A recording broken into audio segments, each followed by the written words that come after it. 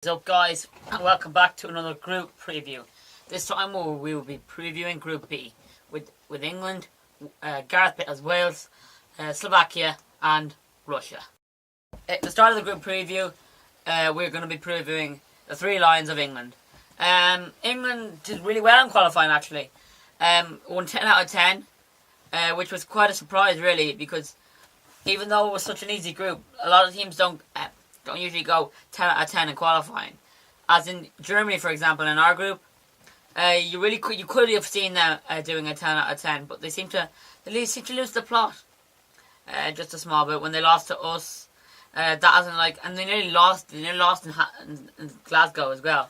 So that kind of shook the Germans up a bit, but they just managed to escape through it to the top of their group. England's squad selection, I wasn't too happy about it, even though I'm not English. I don't think Jack Wilshere should have been picked. I don't think Marcus Rashford should have been picked.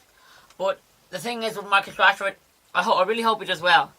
And I know he plays for Man United and all, and and you're Chelsea, you should hate Man United. But I like to see young players do well. I'm a big fan of young players, breaking through and showing the world what they're made of. But I do think that someone else could have come in and provided a difference. Andy Carroll, for example, he had a decent season for West Ham, and he's a different player towards your Rooneys and Vardys and Kanes in the team. As in, he's a target man. He's someone you could stick up with 10 minutes to go, and he could nick you a goal from a header or something like that. He's just that type of striker. And then Jack Wilshere, my God, how did he get in this England squad? I will never know. I think Roy Hodgson probably has some sort of fantasy with him. It's absolutely ridiculous. And Danny Drinkwater, 110% should be in that England squad, no doubt about it. Jack Wilshere should be at home watching it on his couch or wherever, or a hospital bed. That's where Jack Wilshere should be watching this European Championships, and that's how strongly I feel about it. As in my personal opinion, I think Ireland should have held off on us in the squad, rang up Drinkwater and said, "Look, do you have any Irish grandparents?" and put him in our team.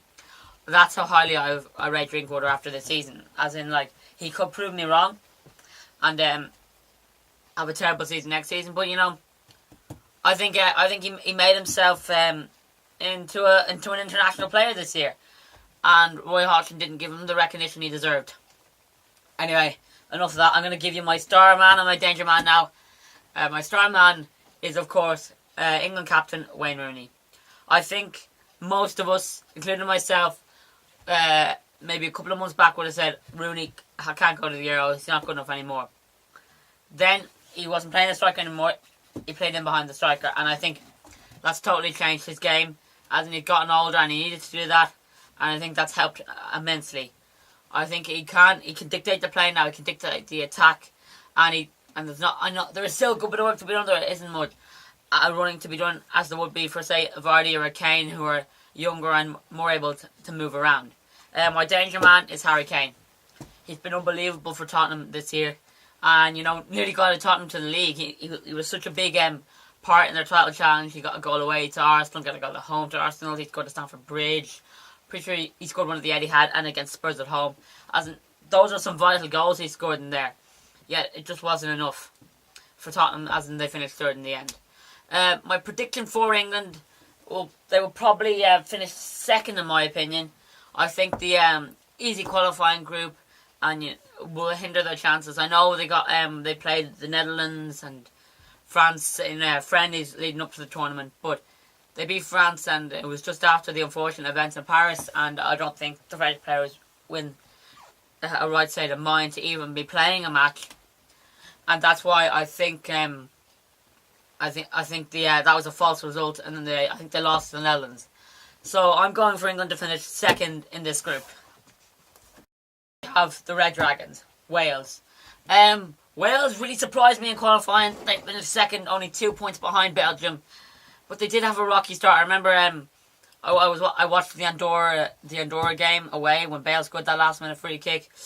As in, they looked dodgy, but it really took them a bit to get going in their qualifying campaign to really hit top gear, And they really did that. They really showed that in the second half, and like towards the end of the first half of the qualifying campaign, they were the real deal, and they could qualify for this tournament, and they have. Or else I wouldn't be doing a preview on Wales. I think they have a strong core of players who play in the top two divisions of England. You have Ashley Williams, you have Joe Allen, Neil Taylor. These players have all played with each other. Then you have Chris Gunter, the back, playing for Reading. I think he's playing for Reading now, and Sam Vokes, who just got promotion to Premier League with Burnley and was playing in the Premier League last season. So this Wales squad's in a really good place at the moment. I don't think they can do well. But their main man, of course, I can't go do a Wales preview without mentioning his name, Gareth Bale. One of the most expensive players in the world, Real Madrid star. I think he's in the form of his life at the moment. I know he's been hit with injuries this year, but Gareth Bale, I think he could do some great things with this Wales team this year. I'm backing them to finish top of this group ahead of England. If I'm honest, I think they'll probably draw with England. They'll beat Slovakia, and then they'll comfortably beat Russia. But it all depends on the first game really against Slovakia. As in, I think Niall McGinn of Northern Ireland was saying today that your first game is like a cup final. You have to get something out of it, or else it could be more than likely you are going home. But like I said, I have quite a good bit of a belief in this Wales squad. Like I said in the last video about Albania, they're an underdog. I think this is their first tournament since 1958, and I really do believe they could do something special in this tournament. My star man for Wales is, of course, Gareth Bale, who's been banging in the goals for Real Madrid, won the Champions League this year with Real Madrid, of course, and it's just an all-round and amazing player, as in, to come from, like, I think his first couple of years at Spurs, every time he played, they didn't win a game, to becoming one of their best players and getting a multi-million-pound move to Real Madrid. As in, that's how far he's come, and I think he could carry this Wales team to glory. My danger man is Burnley forward Sam Vokes. He gets a lot of goals at Championship level, and he got a good few goals last season in the Premier League. I'm pretty sure he might have scored at Stamford Bridge against Chelsea. I can't remember, but he does have a good scoring record. Can he bring it to the Euros? We'll have to wait and see. But my prediction for Wales is they will top their group ahead of England. Next up in the group, we are previewing Slovakia. Wales' first opponents, or should I say, Slovakia's first opponents are Wales. Slovakia. Well, they're kind of an up and down team in my opinion, as in they beat Spain in qualifying, but they also lost to Belarus. As in, I know Ireland lost to Belarus, but God, Belarus aren't a very good team. Let's just face it. Or else, if they were a good team, they'd be in the European Championships. But Slovakia, I think they can do well at these Euros if they play well and they play together. They can play well. As in, I saw them play in Dublin in March. And I thought collectively the team played quite well, except for a lapse. There was like literally 2 minutes where they conceded 2 penalties, as in that should never happen at a professional level. And I think lapses in concentration like that could cost Slovakia, and against like the bigger teams like England and Wales. But they did come back to draw 2-2 just before half time in that game. So I think it is manageable. They will qualify, but they will have to dig in deep against the likes of Wales. But I think they will. I think they'll brush Russia aside quite easily. I don't see much hope for Russia. Slovakia's star man is obviously he's captain of Napoli, Marek Hamšík. Marek Hamšík, I think he left Slovakia when he was 17 after like 6 games with Slavia Bratislava to play in Italy. That's like how good he was. As he's been at Napoli for something like 10 years now. He's their captain. He's the most influential player after Higuain, and I just think he has a huge part to play in the Slovakian team, and so does their captain and my man who I picked out as a danger man, Martin Skrtel. I know he hasn't had the best of seasons with Liverpool, but when he's been playing, he defends well. Well, not well, but when he's playing for Slovakia, he does all right. He didn't play too well in Dublin, but I've seen him, more than this season, obviously, and he does have his moments where he can be an unbelievable defender, and he does pop up the other end with a spectacular goal like he did against City. He's gotten pretty brilliant headers in his time, and if they're all working together, Hamšík and Skrtel, if they're all working together, the Slovakia team will finish third, but they will be one of their best third place teams. Last but not least, we have to talk about Russia. Russia finished a massive 8 points behind Austria in their qualifying campaign. And during that qualifying campaign, they went on a 5-game winless run. As in, like, how they still qualified, I will never know. They did, though, after that 5 winless game run, get a massive 1-0 win over Sweden, which probably did help a lot. And then after that, I don't think they were beaten. They beat, like, Liechtenstein 7-0. They had a 2-0 win over Montenegro, I think it was. So, you know, I think that really helped on their way to qualification. I don't have much hope for this Russia team at all, to be honest. As in, I think the last time they did really well was Euro 2008 when they made the semi-finals.